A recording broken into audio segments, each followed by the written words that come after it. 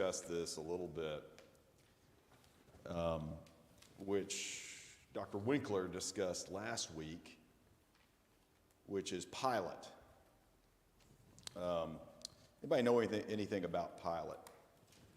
Anything come to mind when you think of Pilate, the last week of Jesus' life? He was married. I'm sorry? He was married. He was married. What do you remember about his wife, Ann? She had a dream that he should have nothing to do with Jesus. Yes. And he ignored her. Exactly. I just find that interesting. Very interesting. Anything else? And we're going to get to that. That's great.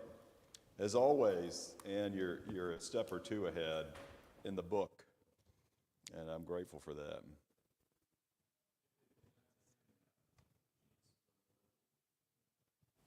Yeah. Yeah. In some ironic way, Ben points out that we needed Pilate for Jesus to die a terrible death on behalf for us, so that we might have forgiveness of our sins. And Pilate was definitely part of that. Anything else stick out to you about Pilate? He asked a question in this interaction with Jesus. After Jesus said something. Do you remember what that question was? Tom mentioned it last week. Are you the king of the Jews? That was definitely one, and I didn't articulate. You're right, Ann. That was another question. This was a read my mind question, and I didn't. There was another question, but you're correct. He asked that, and we're going to find Jesus' response to that. The one that Tom mentioned last week that we're going to spend a little bit of time on this morning and discuss from a different aspect in the sermon is, what is truth? And in a day of moral relativism, this question may be more poignant for Christians than, as it relates to our culture, than any other question. There are obviously plenty of questions. But the problem with that question, from Pilate's standpoint, is that the truth was inconvenient. And so my question this morning in the sermon is going to be, what do we do with an inconvenient truth? And what do we do with God when it becomes inconvenient to our lives? And what choices do we make? And largely, we live in a culture that tries to address that by, even in the news, which is objective, it attempts to be somewhat objective.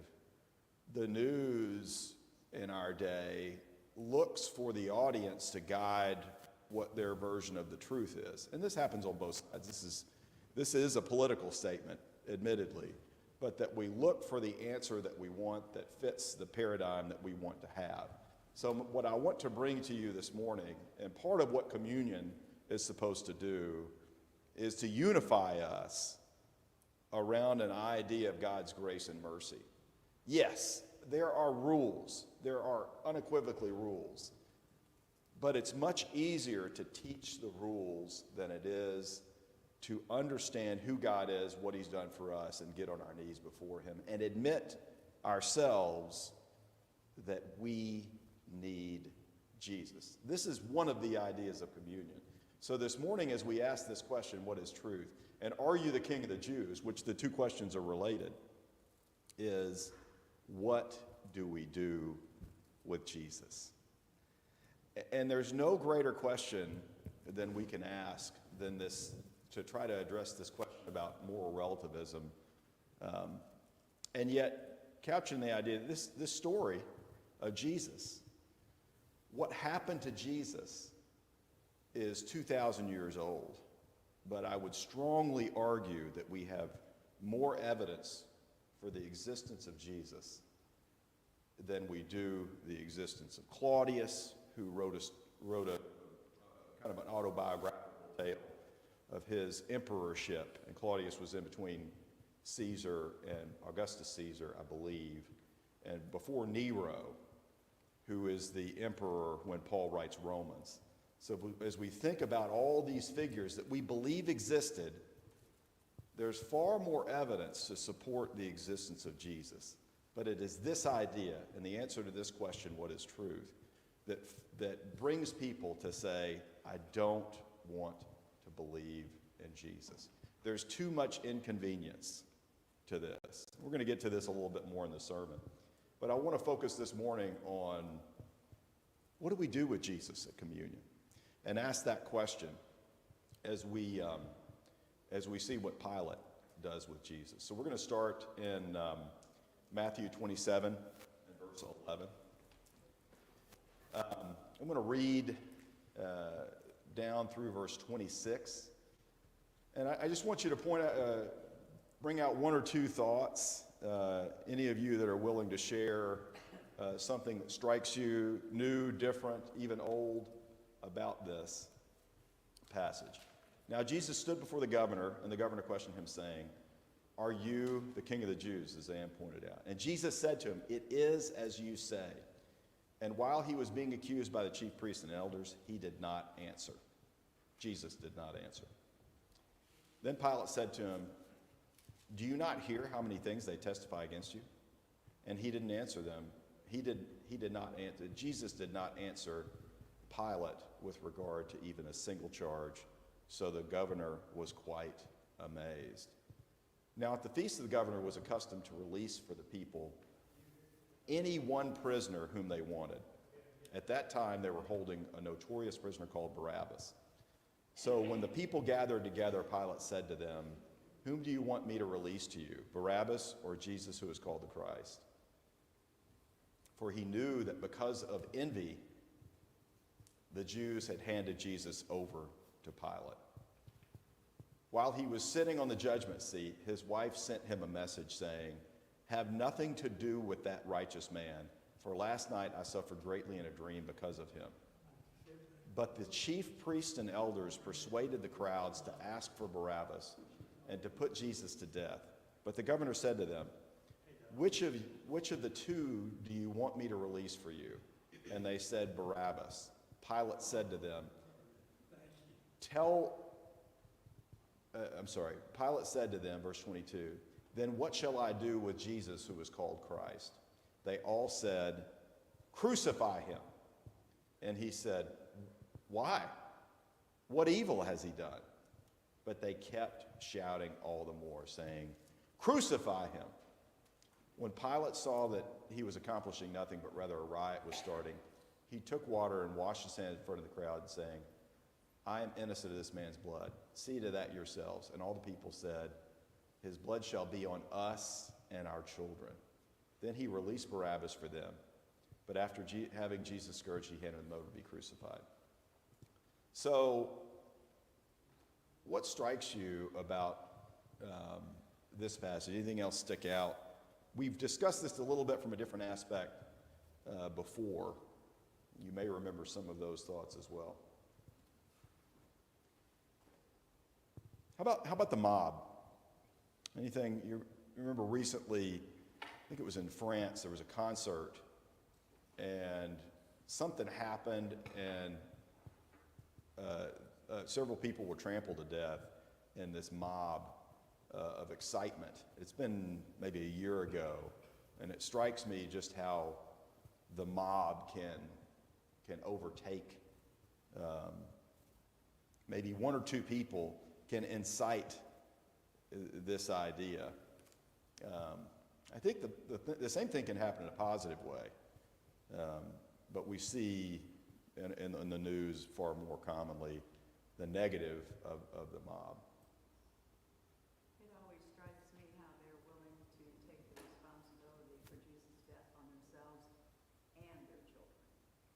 When they add "and our children," Yeah. that's, I don't know, some reason that just bothers me. Yeah. And it's somewhat ironically insightful, isn't it? Is that kind of what you're getting at? Like, these people are saying, we know what we're doing, and we're putting this, we have so much, I guess, anger or hatred. What do you think they were angry about? And there's some insight into this and some other passages possibly.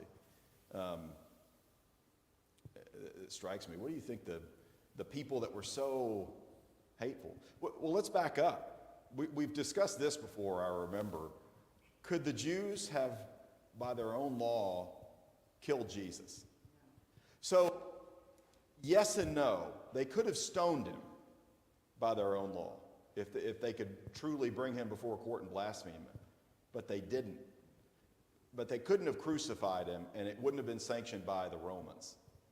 So the interpretation, they couldn't have gotten away with it, probably, would have been. But by the Jewish law, they could have argued to stone him, but they would have been responsible to the Romans for doing so outside of Roman law. So they were leaning on Roman law. But you're correct. They would have had some, what I'm reading and what you're saying, Ann, is would have had some implications. They would have had to answer to the Romans if they had done it. This is my understanding of it. But they didn't want to do that. They wanted Or else even it's the high priest just, in essence, passing the buck. yes, So that if something happens later, they can say, hey, it wasn't us. absolutely. It was the Romans. Absolutely. And this to me is what they are doing. And you remember what time of day this is that they've handed him over. This is during the day right here. But when they handed him over and they caught him, when was it? You remember what time of day or night it was? And Jesus even points this out. When Jesus is betrayed by Judas, it's sometime in the middle of the night. It's in the dark.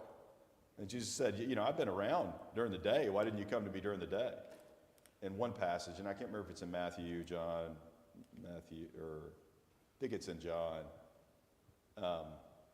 But they were trying, to your point, Ann, they were trying all along to get around the Jewish responsibility of dealing with blasphemers.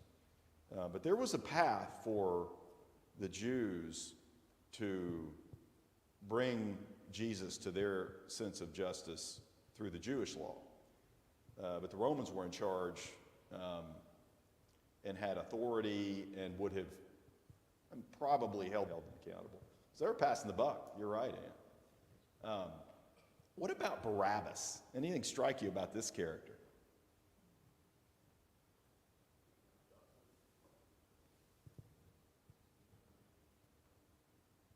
It's almost like Pilate picked someone that he's like, surely they're going to pick this guy. I agree. Pilate was trying to make a political problem go away. Yeah. And he's like, well, let me just drag the prison for the worst murderer we can find. Yeah. He said he was notorious. I mean, a lot of murderers probably weren't known, but this guy was known. Yeah. The people knew him as a notorious criminal. And I'm sure Pilate thought, slam dunk, it's probably going to be solved. I Yeah. get to let one guy go. Surely they'll choose this non-violent criminal Yes. in the Romans, or in the Romans' eyes, for this guy that's this hideous murderer. And you use the exact word that's in my passage, notorious. Barabbas was notorious. He was well known. And I interpret the same way, that Pilate's like, this guy is heinous. Who do you think the crowd was that heard that day? It couldn't have been the same crowd that saw Jesus come into Jerusalem.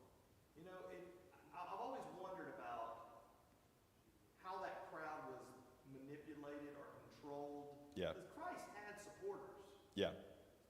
But it's almost like there was some conniving going around to make sure that crowd that was Yeah. going to be heard that day was going to be the people. It's just like a politician. Yeah. We got to get all our people down there right now to Yeah. make sure this doesn't happen.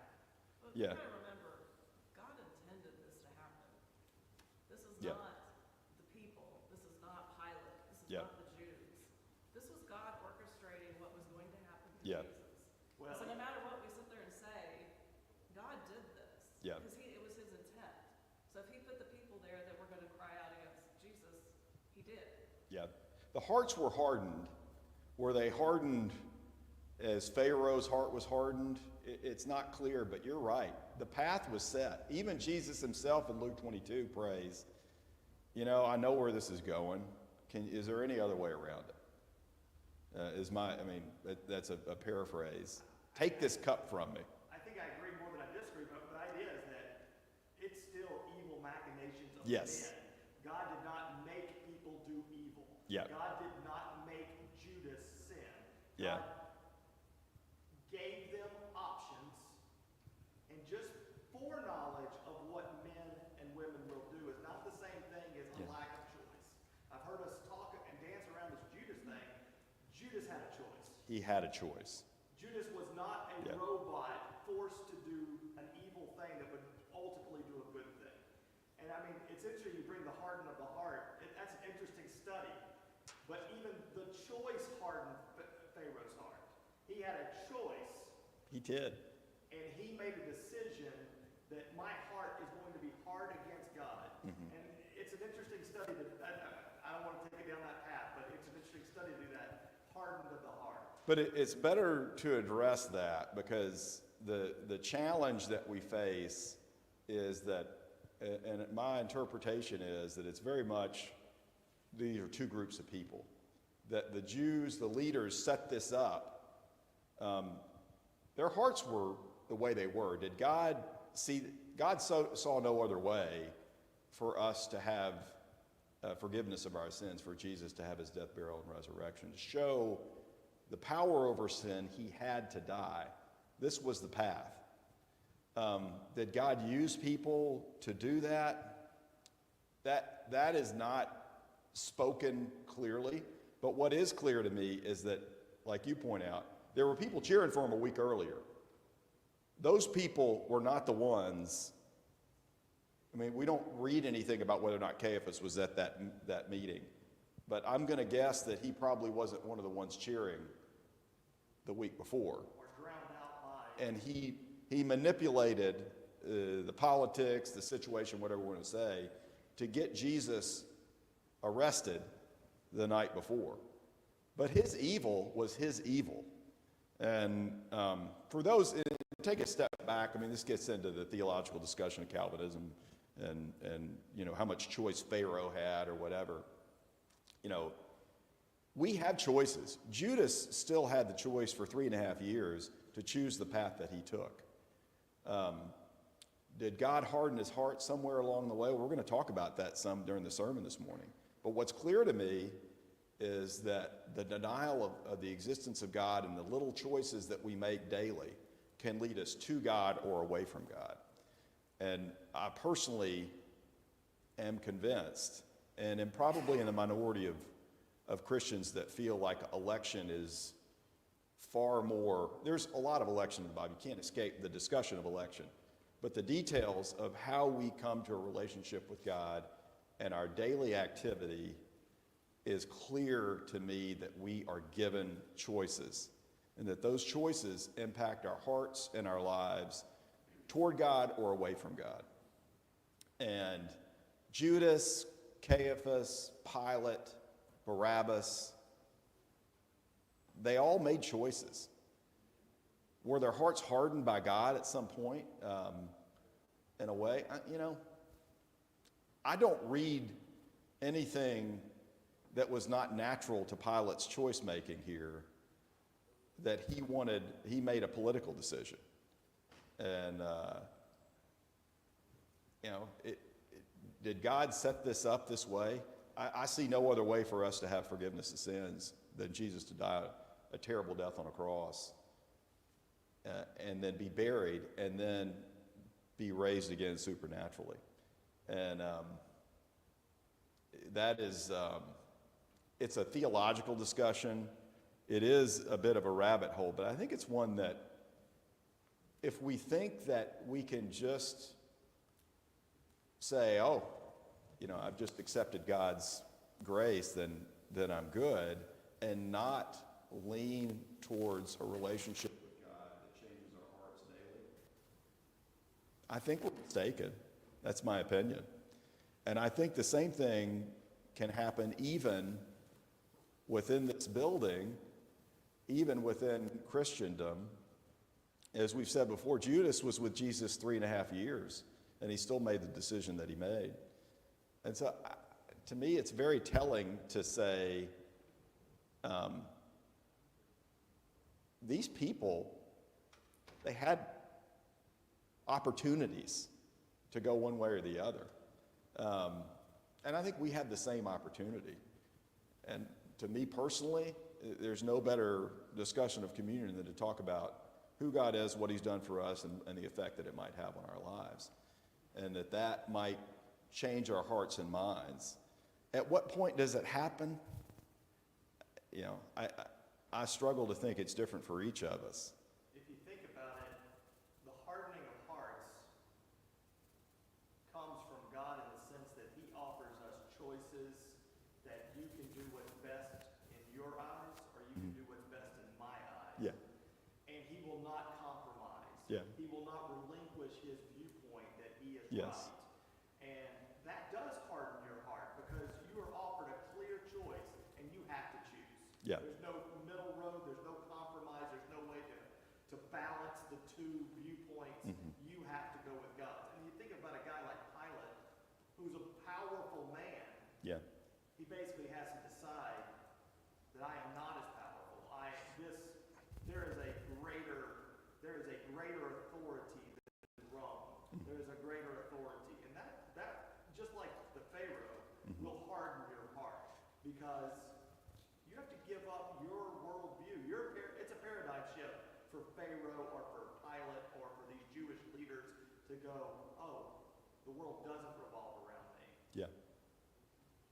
I've always looked at it that way. That's what hardens their heart. Yeah. God offers a choice and says you need to choose wisely, and they say, no, I can't do that. I couldn't agree more.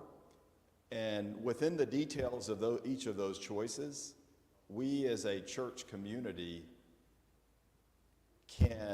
we have an opportunity to have an effect on each of those individual choices. It takes time. It takes time outside this building.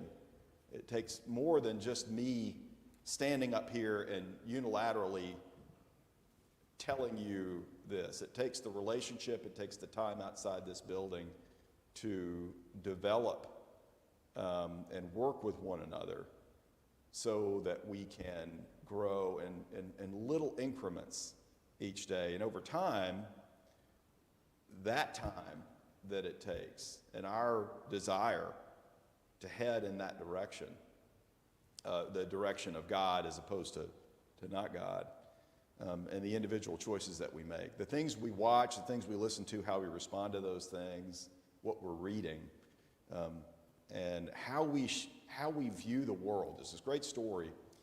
I digress, but I think this is critical to understand the origin of what it is we should be looking at.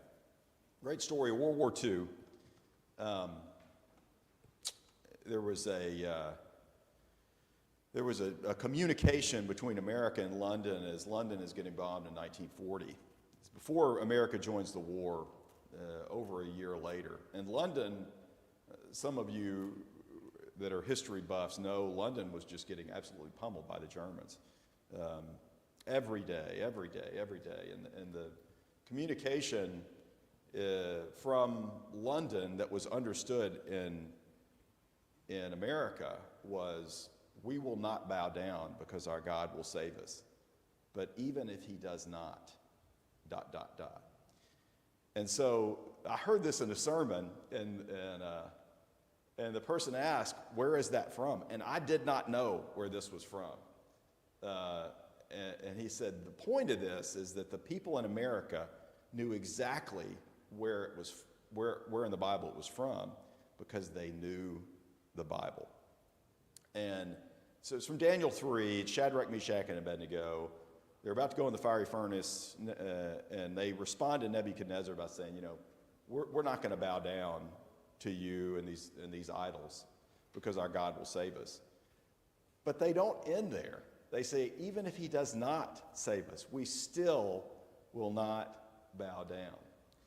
And it's a similar response that Jesus has in Luke 22 in the Garden of Gethsemane in the prayer that says, God, take this cup from me, but your will, not mine, be done. And ultimately, Jesus dies and is buried, but then he rises again. And we see a similar action for Shadrach, Meshach, and Abednego, who, of course, as you know, are saved from the fiery furnace. And there's a fourth entity in there with the three of them that is a representation of God's support.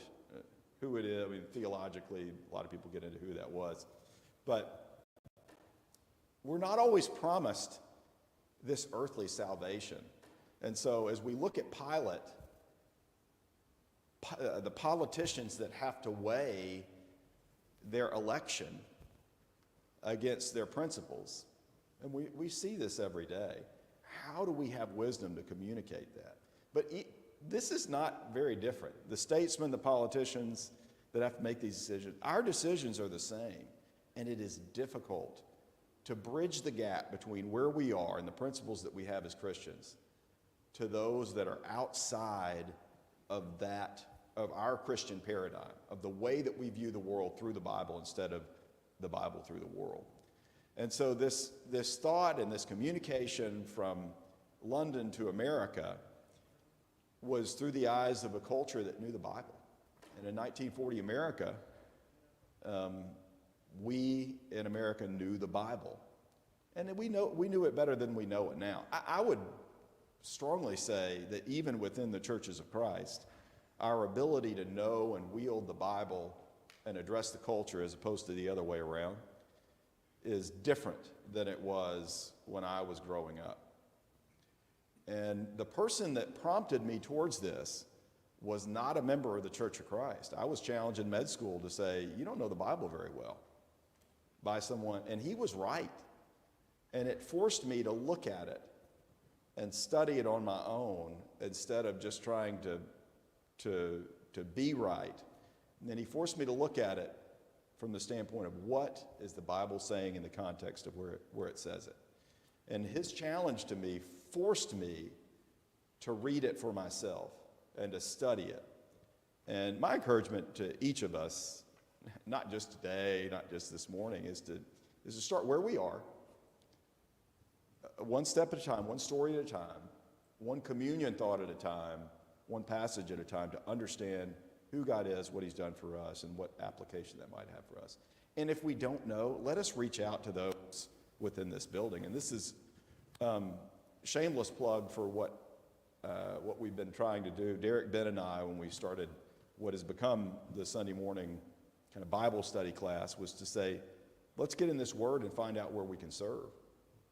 And let's find out what we know first, and let's address what we don't, and let's work towards just one place where we can serve.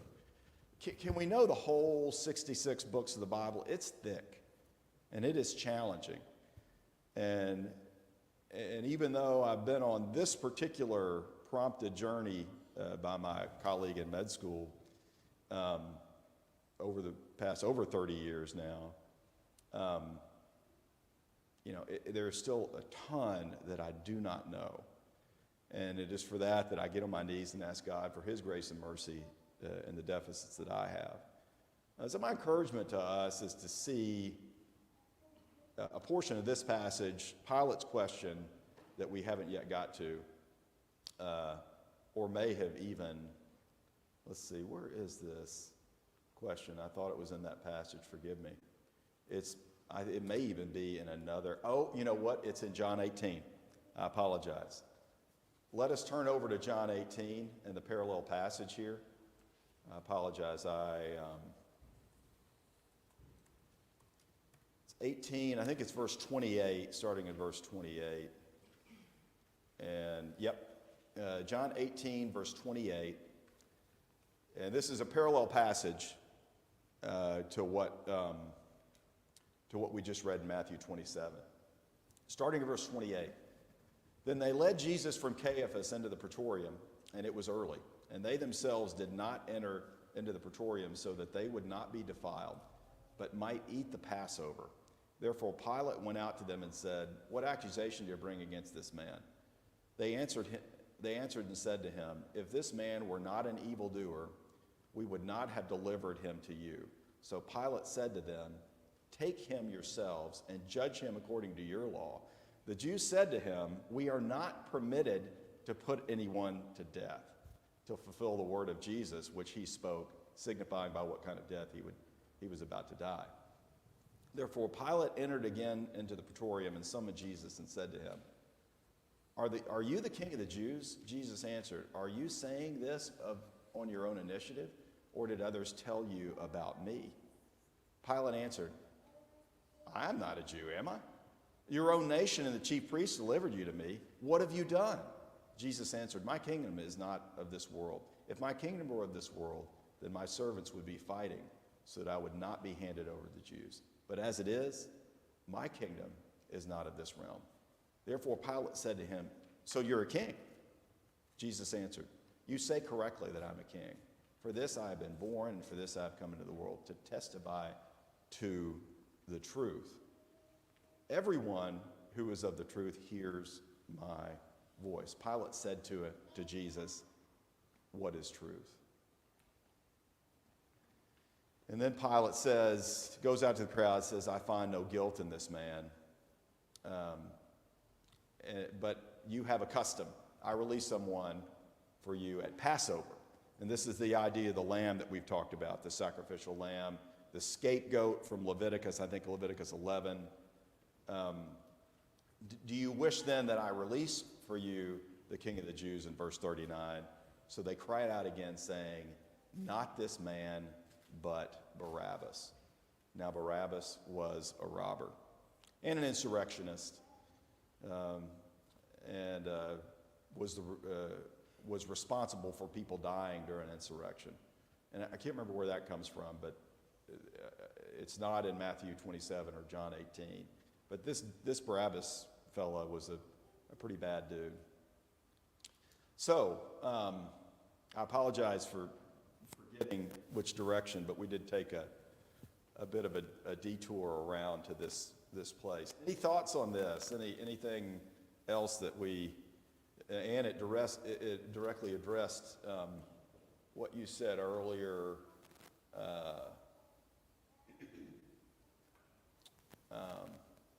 Where is it that?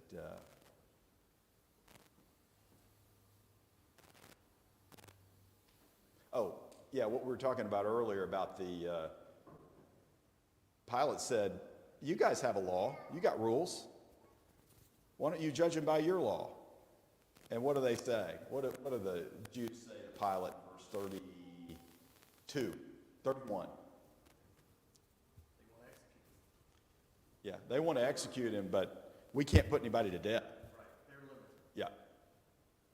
Yeah, we're limited, which by the Jewish law, they could have done it, but they would have had some implications of it. So they wanted a clean Roman execution. And this was prophesied, and this is the path that God knew would happen. The hardness of hearts, whose hearts were hard, when they were hardened. Doesn't say in here, but they clearly were hardened. Any thoughts on that?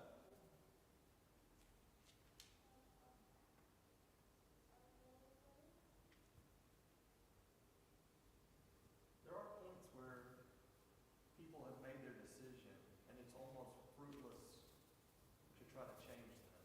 Yes. We think about the apostles being told, sometimes you got to shake the dust off your feet. Yeah. And I'm not saying anybody should be given up, but sometimes we spend and usually it's our family. You know, we don't want to let them go. We don't want to give up on them. Yeah. But while we're surrounded by neighbors and friends and other people that need to hear too.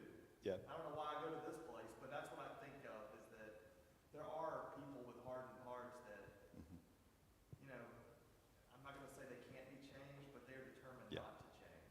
I agree completely. I had a conversation this week about this very topic with someone with whom I and other people are not reconciled. There is not a reconciliation. It's a great book on this, shameless plug, for a Henry Cloud book called Trust. And he talks about this idea of reconciliation within our relationships, of attempting to find a common ground.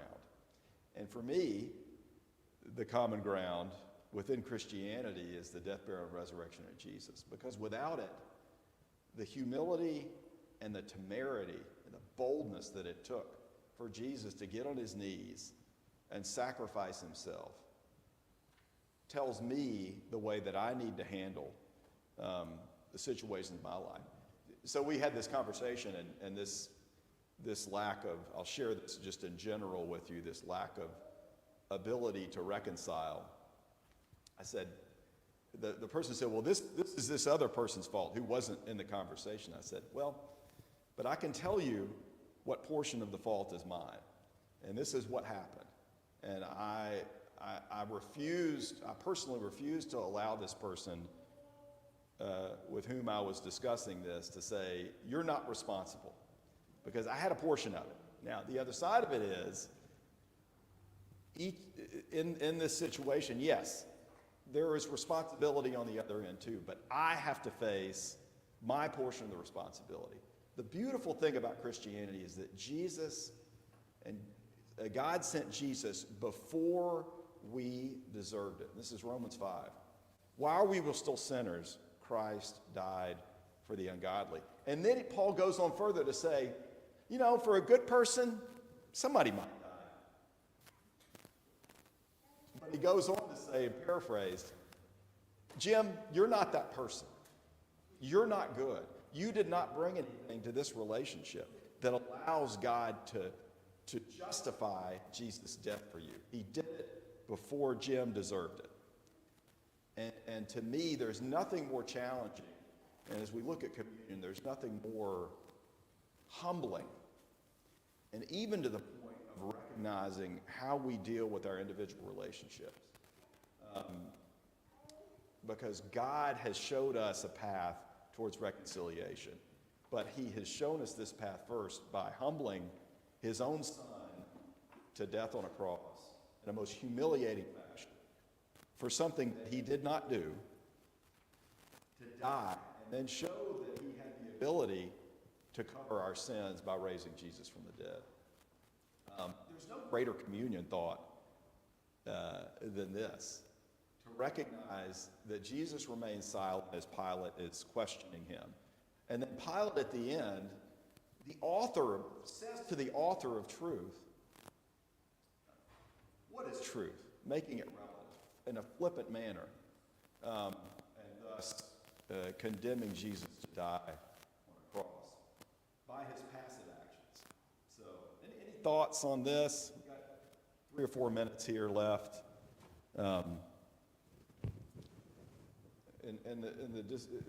Took a couple of side paths that I think are within them. There probably we could have a quarterly class on any of those topics, and admittedly they are challenging to deal with. But within the very narrow context of this passage, some of those questions are simply not answered in an adequate way. But I do encourage you, I hope this is prompting you to take this passage, go back, expand the context to the whole chapter of John 18 and maybe even John 17, where Jesus, before he is committed to death, prays the prayer that Derek Manrique and Joe Franklin said their prayer a few weeks ago during a sermon, the prayer of unity. And the prayer of unity in John 17 is this, that we might care about each other within this Christian community, within this church, the way that Jesus knew that he was about to die on a cross and be self-sacrificial. And that the unity, the unconditional love that Jesus showed to us is what he is attempting for us to show to one another. He attempting to encourage us to show to one another. Do we move towards God in that way? Do we get on our knees when we can't? And so Jonathan, response that I had this past week to this person was to say, I can't bridge this gap. I have to get on my knees and say, God, show me where it is that I can can be bold enough to not let someone disrupt the relationship, but be gentle enough to be heard. And it's a form of the serenity prayer. You know, God grant me the grace to accept what I can and can't, the wisdom to know which is which. How do I communicate with my words and my actions in a consistent manner that brings people closer to to recognize who God is and what He's done for each of us? And to me, this is one of the greatest challenges that we have to reconcile. The first thing I can do, and it just so happened that after this conversation, I had a 45-minute conversation with the person who was the subject of the previous conversation. You can follow that. I need a diagram for this. But, and I just listened. And I didn't have to agree with everything, but I also knew that we had to rebuild some trust. And by listening and trying to understand where the other person was coming from first. Before I ever interjected, you're wrong, and maybe they are, I had to listen. And I had to be humble and take time and just pray that God would give me the grace and mercy to find that wisdom and discernment on how to deal with that individual situation. It's not easy, though, is it? Is this not another is this not another book? I mean, these are complex situations that we've created ultimately, because as Jonathan pointed out, each of us brings this level of selfishness. Or I'm interpreting that, Jonathan.